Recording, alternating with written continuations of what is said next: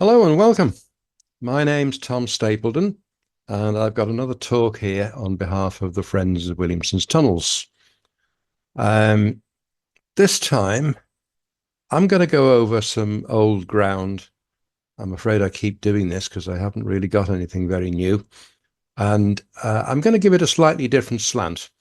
But you will be seeing things that I've talked about, and yeah, I'll be showing you some slides that you've seen before.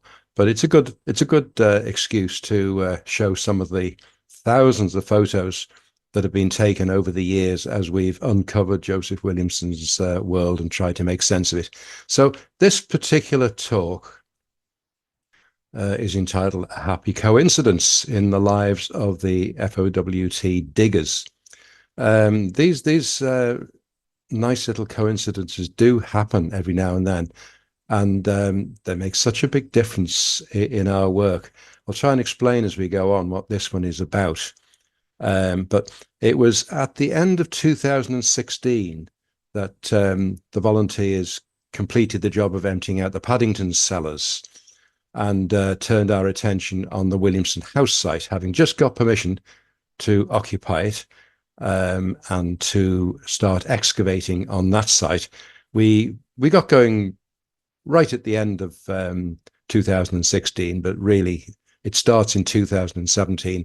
And the story I'm trying to talk about at the moment is going to cover a couple of years, the whole of 2017 and 2018, when we did a massive amount of work uncovering all sorts below the ground on the Williamson house site. So we start off here.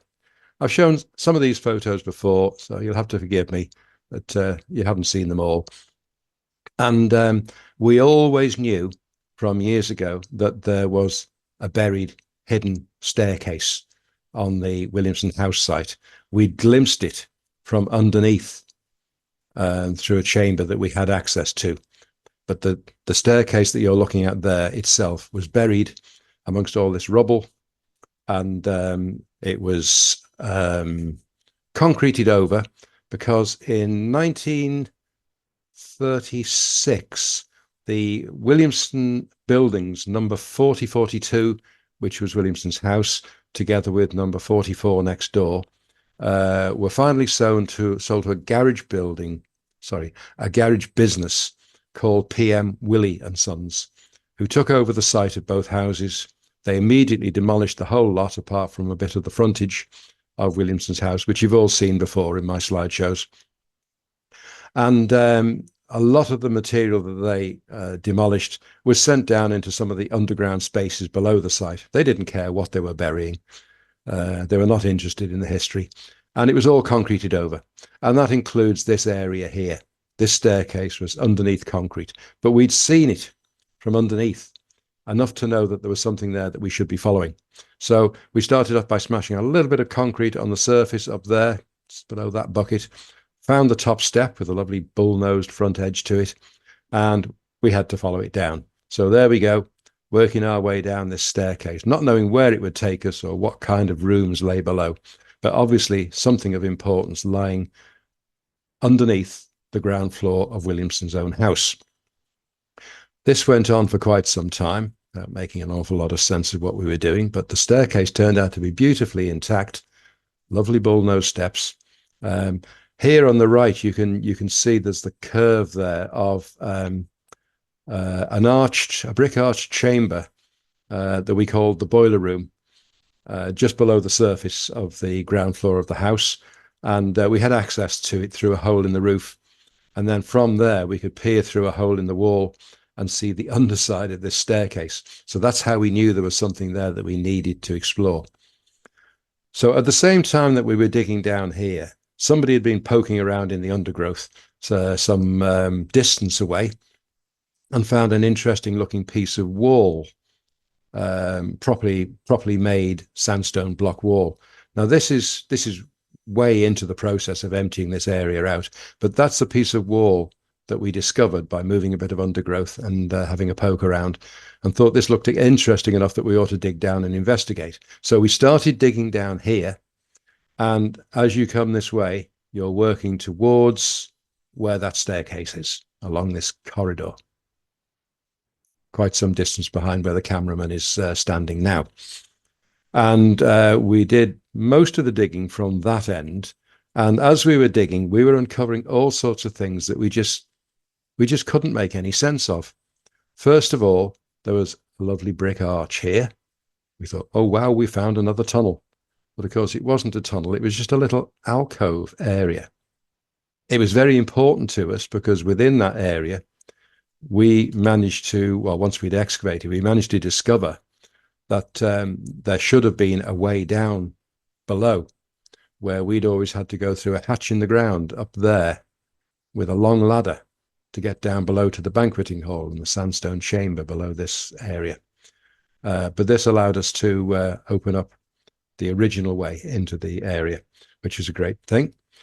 We fully expected, after finding this arch, to find that there would be a second arch here, because that's what we discovered at the other end of this corridor, two big arches side by side. Got the surprise of our lives when we clambered in under here as we were excavating and found this. What on earth is that? First, there's one big slab of slate, another slab of slate, another slab of slate. And we weren't sure what we were dealing with. But as we dug down, this appeared, a complete and intact set of 4 urinals. The last thing in the world that we expected to find down here. But there you go.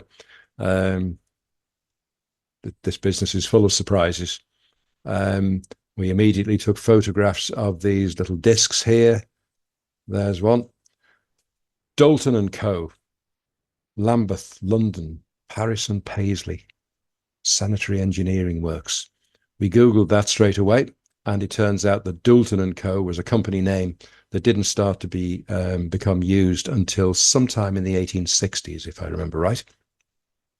Obviously, it was nothing to do with Joseph Williamson and his wife, who lived in the house above here, but we did know that there had been a school there for 30 years after Williamson's death, and then the Territorial Army moved into Williamson's house as a barracks, the parade ground behind, and the assumption is that this set of urinals had been put in by the military during their occupation. It makes sense.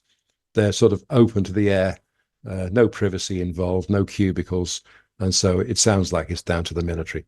So here we are. I've got a series of photos here showing how we excavate all this rubble out after breaking off the concrete floor of the old garage building bit by bit, and really not making an awful lot of sense what we were seeing. Pieces of walls all over the place, not appearing to make up proper rooms. All sorts of great lumps of stone that we weren't able to take out, so we had to pile them all in a corner. There'd been some important structure in the past that had just been tipped down there, probably from the buildings above. And it seemed entirely mysterious as we were emptying this place out, not making sense of what it was we were uncovering. To a certain extent, the urinals did make sense because we had always known that the Territorial Army had occupied the site. But the other bits and pieces, walls like this and brick pillars, and then appears to be a window further back there. No sense at all. So we just kept digging, and we kept digging for as long as we could. And we were digging from the other end. Now, in this picture, the far end of this corridor here, back there, is where the staircase, that nice stone staircase, comes down into this. It's quite a long stretch. And I don't know how many skipfuls of material we took out of here because we lost track. We were counting when we were emptying out Paddington, 159 skipfuls. But we rather quickly lost track of the number when we were emptying out here at the house site. And so I couldn't tell you just how much material we took out. But all this material behind here, waiting to be excavated out, is right up against this wall. And on the higher ground there, 8 feet up from this stone flag floor, used to stand a drill hall, Territorial Army drill hall. And before that, a bunch of Williamson houses. So we weren't at all sure that this was quite safe. The adjoining fence between the two properties ran right along the top of this wall. And if we'd started to take all this material out, the fence was going to fall down and Liverpool City Council wouldn't be very happy with us. So all of our work here seems to come to a standstill at some point sometime later in 2017, I presume. And we worked on Liverpool City Council, asked them if it would be possible for them to move the fence over by a metre or 2 metres, preferably, off to the left, which would allow us to safely excavate all this material and see what lay below. And eventually they did that for us. And then we carried on with this job. Still an awful lot there to come out. But now the fence has been moved back a bit from where it stood on the top of this wall, which means it's not as dangerous as it would have been before. There's a bird's eye view looking down with the drone shot. The arch there, which led us down below through there into the sandstone chamber, and here the urinals, and this emerged as a bay window, which we now believe to be the rear of the house. And this area is a sunken backyard, and then this area turned out to be something we weren't really expecting at all. But we kept digging, and as we went, this appeared on the other side of that bay window, broken remains of the bay window.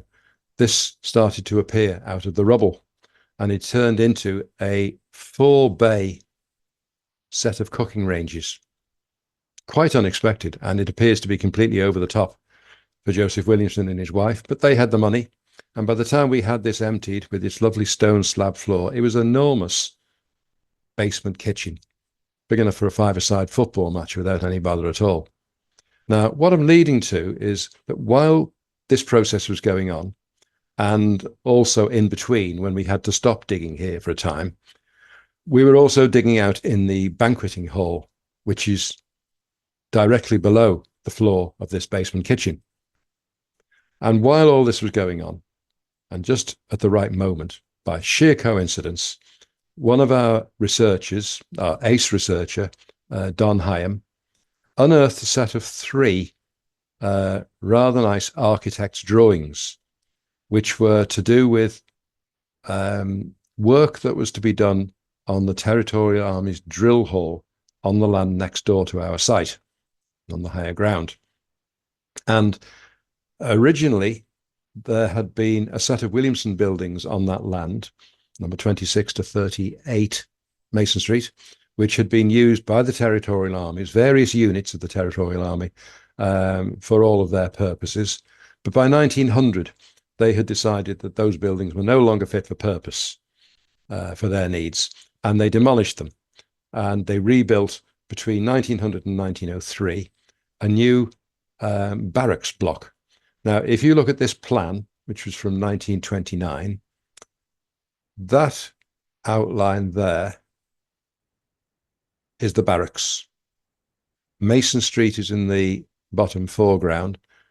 Here stands a squat tower with big entrance doors where you can walk or drive through the barracks building, and then you're into a very large drill hall, which is that outline there. And that is what the drill hall looked like in profile. I'm only showing this plan because it's one of the 3 that we found. This doesn't really concern us, except for me to give you an idea of the shape and size of the barracks and drill hall that they put up there, which became operational by 1903. This particular diagram, this drawing, architect's drawing, was all to do with a set of new overhead offices and classrooms which they wanted to build. And that's the outline of the set of classrooms, 1, 2, 3 offices and classrooms, which they were going to build on the upper level on stilts above here. So that would be above here on the upper level and there. That's the only reason I'm showing that one. You can see the shape and size of the barracks and the drill hall building. Just in case you're interested, there's a blow-up of what's written in the corner there. Headquarters, 55th Divisional Signals, West Lancashire Territorial Army Association, Mason Street, Liverpool. And details of proposed company offices and classrooms, etc. And that's dated 3rd of October 1929. We can forget about that one, really. And there is an old photograph of the barracks building as it faces onto Mason Street here. I could never make out, looking at this very grainy photograph, whether it's constructed from stone or brick or a mixture of both. But there you can see the little tower at this end, and there the entrance doors. Obviously quite big equipment and machinery, possibly vehicles could drive in there and through into the large drill hall behind. And here's an aerial shot. I think this is from 1949. And on this one, looking from the other direction, you can see the full span of the drill hall. The barracks building is hidden behind it on Mason Street. And in front of it, you can see the parade ground of the new TA centre. And this is sitting right next door to the site of Williamson's house, which is that one. And these 3 white blocks and 1 black block are the buildings put up on the site by PM Williamson's for their garage business. And they're right butted up to the new drill hall. So there is looking from the rear across the parade ground at a section, the end section of this drill hall. We don't have many pictures of it, but managed to find these few. And there, the white buildings on that side, they are the garage buildings of PM Williamson. Now, just taking a quick look at this Ordnance Survey plan from 1891, we have here our site, the Williamson House site, which had number 4042, Williamson's house on it there, and number 44, the house next door, was here. And this whole block was used by the Territorial Army in earlier days as a volunteer headquarters and barracks with a parade ground behind, as you can see. And still in 1891, you had the set of buildings, Williamson buildings next door, which the Territorials had been moving into gradually, bit at a time, and occupying all of them, until 1900, when they decided to demolish them. Now, one strange thing is that we have now uncovered, during that process of digging just below ground, a sunken backyard, which is this one. The bay window here is at the rear of the kitchen of Williamson's house, basement level, and behind it is this sunken backyard. A rather strange idea, I think. And there, of course, you can see a staircase which leads up to ground level. This backyard is about 8 feet below ground, with a proper slab stone floor. But the funny thing is that there are 2 more of these sunken backyards under the land next door, behind more of the Williamson buildings, and several staircases leading up. That is significant because I'm going to assume that when they demolished the buildings that stood on the site, these ones here, a lot of the demolition rubble would have gone here to fill in these sunken yards. And then the drill hall was put up on top. And that became a problem later. And that's why we have these plans drawn up in 1928 and 1929. So here's another of the plans. This one also is not really important to us, second of the 3. But this shows the rear end of the parade ground behind the drill hall, this shape here, this black outline. And on that land stood an old wagon shed.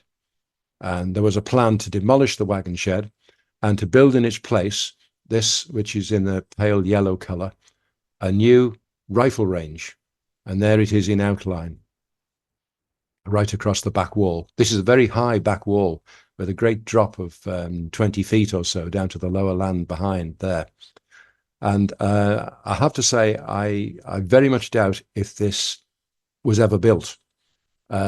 An architect can sit down at a desk and draw a plan, and he can give it to the client, and the client can say, yes, go ahead and let's get it built, or the client can say, no, we're not going there. But of all the Ordnance Survey plans and others that I've been able to look at since this sort of date, 1929, I have not yet seen a plan that shows this rifle range in position. So this may have been a suggested plan, which was never taken up. I don't know. This is the most important one for us. This is the 3rd plan, and this one dates from 1928. And this one specifically involves remedial work that was needed to be done on the site of the barracks and drill hall. Much more important, as it turns out.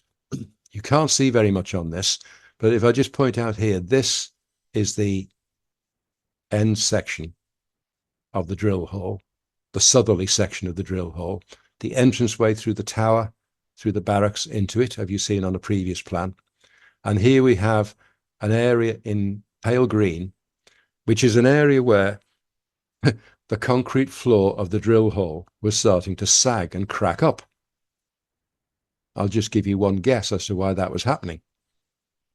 Somebody previously in 1900 had filled in 2 sunken backyards and hadn't compacted the material down well enough and then concreted it over, so that by 1928 that floor was starting to break up and something needed to be done to put it right. So we have information here about how to construct a new concrete floor that would be fit for purpose, and more information here about a new piece of retaining wall that was required to be built along here in red to support the higher ground. Just show you this blow-up of what's written in the corner. West Lancs Territorial Army Association Headquarters Divisional Signals, Mason Street, Liverpool. Restoration of settlements to drill hall and rebuilding works in connection with southeast retaining wall, and the removal of a wagon shed and the restoration of the west retaining wall. The west retaining wall was the one along which they were going to put the new shooting range, but I don't think that was a major job. Let's go to a more blown up photograph of the plan, or a corner of the plan that concerns us and was so important to us. This again is that area of the drill hole floor at the southerly end of the drill hole, which is in trouble and sagging. And you may be able to understand if I tell you that 1, 2, 3, 4 areas there with separating timber walls and big wooden doors on the end have become storage areas for different units of the Territorial Army. Whether or not anything very heavy was stored there or not, I wouldn't know. But that's the area that was in trouble with a sinking floor. But the plan not only shows the area of the Territorial's land with the drill hole and the barracks, it shows a bit of what's on the outside of it, on our land here. And I can see straight away, hopefully you can, that is the bay window at the rear of Williamson's kitchen. This was the kitchen. This was the sunken backyard. And this plan came to light just at the time when we were digging this place out and unearthing all these things and trying to make sense of what we were looking at. So there's a more blown up plan. This is the bay window, still intact. Various little pieces of brick pillar. There. This is the arch. And here, the set of urinals, exactly as we found them in 2017 or 18, after they'd been buried since 1936. And in 1928, an architect was sitting down at his desk and drawing all this out. One thing that we didn't find, and it's useful to know that it was definitely there, is this. There's a staircase there, and at the bottom it says up. So this is a staircase leading up from this sunken backyard up to ground level, 8 feet above. And as you can see, the end of the drill hole is right there above an 8-foot drop into Williamson's sunken backyard and into his kitchen. Not very clever, really, but they took liberties and they built it there, even though there was that great drop on the other side.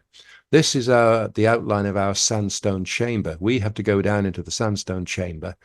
Used to have to go down through a hatch in the ground there, down a 7-meter long ladder, and then we work our way down a thing called the gash and out into the banqueting hall.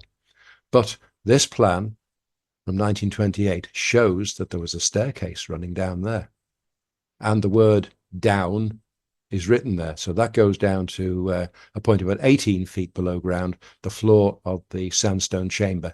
So having seen that, realized that a piece of wall that had been put in here to block it off was an add-on.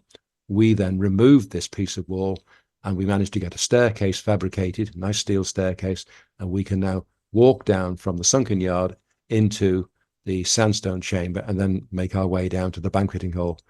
far more easily and in the way that was probably always intended, if anybody was intended to go down there at all. Again, on this plan, we see this red line here, which is the piece of wall that was to be reconstructed to give extra strength to the ground to stop the drill hole from disappearing into Williamson's sunken backyard. So the next one shows the details of that, all on the same plan from 1928. This is the section of wall that they wanted to replace in the sunken yard, and the plan was that it would be built right down to the bedrock at that level below the floor of the sunken yard. And it was going to be a massive construction by the look of it, and we know that it did actually happen. At this level here, they were putting in a layer of hydraulic concrete as a base, and then they were building up in brick a stepped brick wall, going narrower as it goes up from there, which is the floor of the sunken yard, to there, which is ground level, and then another 6-foot wall on top of it to be the separating wall between the two properties. And we have that piece of wall. It's 20 or 21 feet long. And you can see that it is the new replacement wall. It has these 3 little buttresses that you can see sticking out on our side, and it's built from much more substantial modern brick than the original Williamson brick all around in that area. So that has been done, and it was necessary to be done if they didn't want that drill hole to collapse again. Now the final bit on the plan, which was very important for us for something we were just about to discover down below. And I don't know, this surprises me still after all this time. The idea was to put in a set of 4 great RSJs, rigid steel joists, across this section of the drill hole floor to support a new concrete reinforced floor above it. And they were going to put these steel stanchions underneath, going down to the bedrock, or as the architect hoped, the bedrock would be there.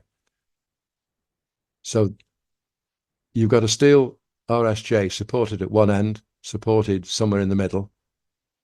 What's supporting it at that end? Looks like nothing at all. There were 4 of them.